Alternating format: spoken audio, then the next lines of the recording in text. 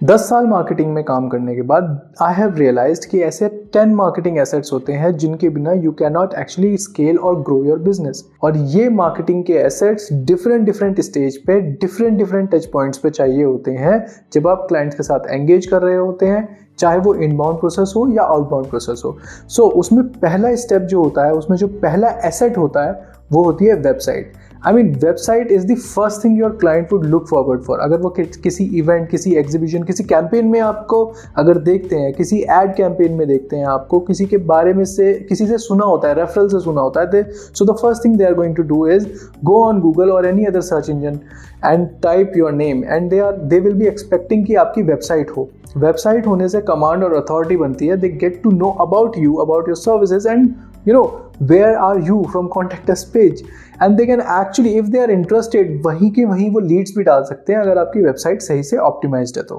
The second part is client list. I mean आपके पास एक बहुत अच्छा प्रोडक्ट है, आपके पास एक बहुत अच्छा बिजनेस सेटअप है, आपके पास लोग हैं, सब कुछ है, सब आप बिल्कुल तैयार बैठे हुए हैं, लेकिन अगर आपके पास टारगेट ऑडियंस की, आपके पास प्रोस्पेक्ट की लिस्ट ही नहीं है, अगर आपके डेटा माइनर्स ने प्रॉपर लिस्ट ही नहीं निकाली है, तो आप कहाँ पे you are not going to blindly shoot anywhere.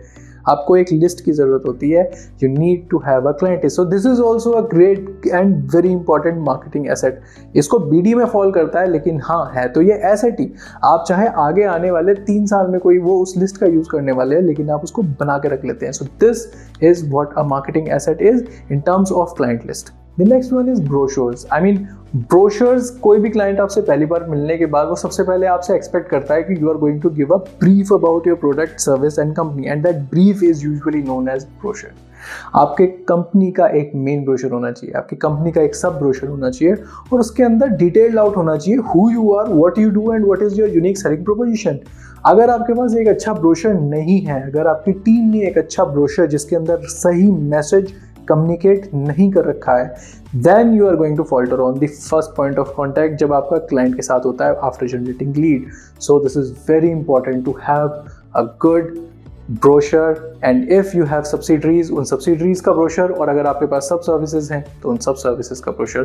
This is very important marketing asset, और ये कभी भी कैसे भी किसी के लिए भी यूज हो जाता है, चाहे इसको BD टीम यूज करे, मार्केटिंग टीम यूज करे, आफ्टर सेल्स टीम यूज करे, it is very important. And then comes the corporate PPT. I mean, you are talking to a client, the client is interested in you and आपसे वो बात करना चाहते हैं, आपको समझना चाहते हैं, तो ब्रोशर एक टच पॉइंट की तरह वर्क करता है। it gives them a brief.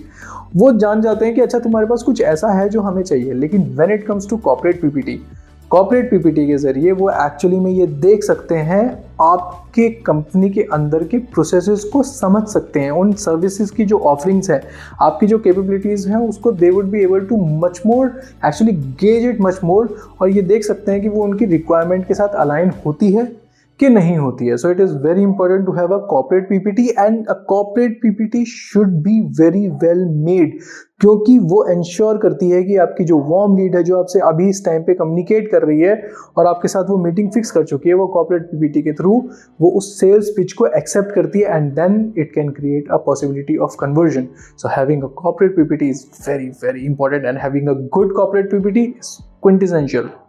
And the next one is email sequence. I mean, I have seen this. BDs की टीम अपने पास मेल्स भेजती है और उनके मेल्स आमतौर पे कोल्ड ईमेल्स होते हैं और follow up email. That is email sequence is actually customer journey. उनका सीक्वेंस, पहला ईमेल कौन सा होगा, दूसरा ईमेल कौन सा होगा, फिर उनको रिकॉल दिया जाएगा, रिमाइंडर दिया जाएगा, उनको वैल्यू दी जाएगी, उनको अलग अलग स्टेजेस पे क्या क्या चीज़ें अटैचमेंट भेजी जाती है. This is your email sequence. अगर आपका email sequence ठीक नहीं है तो nothing is going to happen well for you. I mean, what are you going to do? आप सिर्फ एक सेल्स का जो आप उन्हें कोल्ड ईमेल भेज रहे हो, ऐसे आप उनके पास 50 आ रहे हैं और 40 तो उनमें स्पैम में जा रहे होते हैं. सो आपके पास एक सीक्वेंशियल ईमेल का एक टेम्पलेट ऑलरेडी फिक्स्ड होना चाहिए. This is what is required and it is a marketing asset. और यही सीक्वेंस आपकी अलग अलग बीडीज की टीम अलग अलग रीजन्स में यूज कर सकती हैं ऑगमेंट करके. And then comes, I believe this is the most important marketing asset, your team.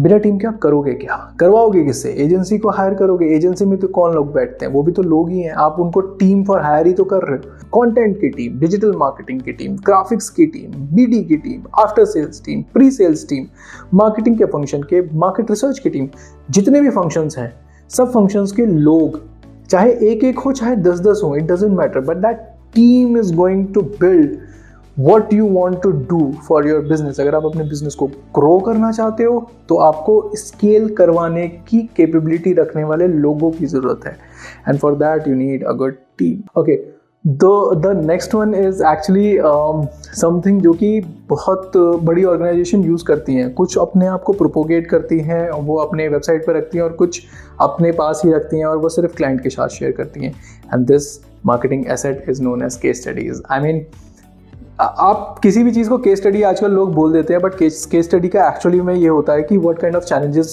Were there and how did you tackled it with different strategies.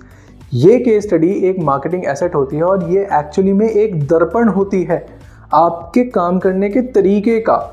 आप किस तरह से चैलेंजेस को रिजॉल्व करते हो अपनी स्किल्स और अपनी कैपेबिलिटीज़ के बेसिस पे। और बिजनेसेस इस केस स्टडी को बहुत बहुत प्रोमिनेंटली और बहुत स्ट्रेटेजिकली यूज़ करते हैं, and it actually engages the client in such a way कि वो कॉन्फिडेंस में आते हैं client, okay fine, if you can do this kind of project and if you can solve this problem, if you can solve this case as per se, then you can actually work on my project. So case studies are an essential marketing asset.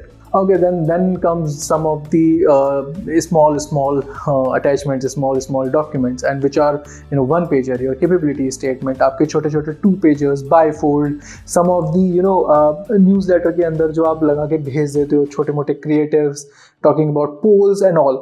So ये जो small bundle of this document जो share होते हैं over the mail, this is a marketing asset, क्योंकि ये engage रखने के लिए बहुत हेल्पफुल होते हैं। जब कोई प्रोस्पेक्ट वार्म हो रहा होता है या फिर वार्म से हॉट की तरफ जा रहा होता है और उसको थोड़ा टाइम चाहिए होता है प्रोजेक्ट अवॉर्ड करने के लिए, तो उस टाइम पे आप क्या करोगे, उसको एंगेज करके रखोगे, उसको चीज़ें दिखाओगे। कि इवन केस स्टडी भी यहीं पे आता है, इस बंडल में आता है। And then comes the ad creatives. I mean ad creatives, और जो अलग अलग कराउजल्स वगैरह बनते हैं, जो वीडियोस बनती हैं जिनको प्रमोट किया जाता है, लोग आमतौर पे ये सोच लेते हैं कि यही मार्केटिंग एसेट होता है, बट ऐसा नहीं है। अगर कोई पेड कैंपेन आपका चल रहा होता है, अगर कोई परफॉर्मेंस मार्केटिंग का कोई कैंपेन चल रहा होता है, उसके अंदर जो क्रिएटिव्स चाहिए होते हैं, आमतौर पे जो ऑर्गेनाइजेशंस होती हैं जो अपने आप को बहुत ऑर्गेनाइज्ड रखती हैं, अपने आप को बहुत वेल प्लान्ड रखती हैं, वो काफ़ी महीने पहले से ही चीज़ें बनवा के रखती हैं। For example, if an organisation they want to promote themself in a particular region of the world, अगर वो कोई ऑर्गेनाइजेशन बैठी हुई है लेट्स से रशिया में, और वो अपने आप को प्रमोट करना चाहती है लेट्स से यूएस में, लेकिन अभी नहीं, इन परहैप्स मे बी इन जुलाई, तो वो जैन में अपने क्रिएटिव्स बनवा के रख लेती है, अपनी स्ट्रेटजी बनवा के रख लेती है। तो ये मार्केटिंग एसेट की तरह काम करता है, और जब इन पे काम होता है, जो इनसे रिजल्ट आता है, ये इन एसेट को ऑप्टिमाइज करने में हेल्प करता है। एंड द लास्ट वन, सबसे इंपॉर्टेंट मार्केटिंग एसेट जो मुझे लगता है वो एक्चुअली में टेंजिबल नहीं है, and this is consistent brand messaging. आप अपने आप को कंसिस्टेंटली ब्रांड पोजीशन करना, मैं इसको एक एसेट मानता हूँ, 10वां एसेट सबसे इंपॉर्टेंट। क्योंकि अगर आपके केस स्टडीज़ में, अगर आपके ईमेल कैंपेन, ईमेल्स में, अगर आपके न्यूज़लेटर्स में, अगर आपके 1 पेजर्स में, अगर आपके ब्रोशर्स में, वेबसाइट में अगर कंसिस्टेंट मैसेजिंग नहीं है, कंसिस्टेंट आपका ब्रांड पोजीशनिंग नहीं कर रखी है, कंसिस्टेंटली आपको बता नहीं रखा है कि आपकी एक्चुअल कैपेबिलिटीज़ हैं क्या, आपके एड क्रिएटिव्स अगर डिफ़र करते हैं, एड क्रिएटिव्स की ऑफरिंग्स अगर डिफ़र करती हैं from the website offerings, you are not going to get successful.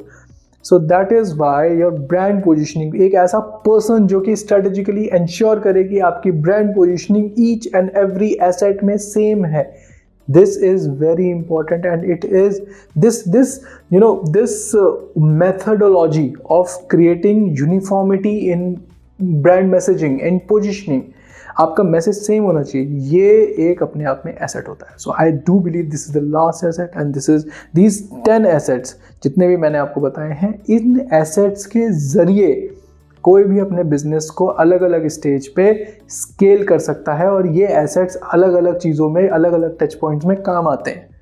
So that was it, that is Shekhar from Shekhar GMT, and thank you and have a great day.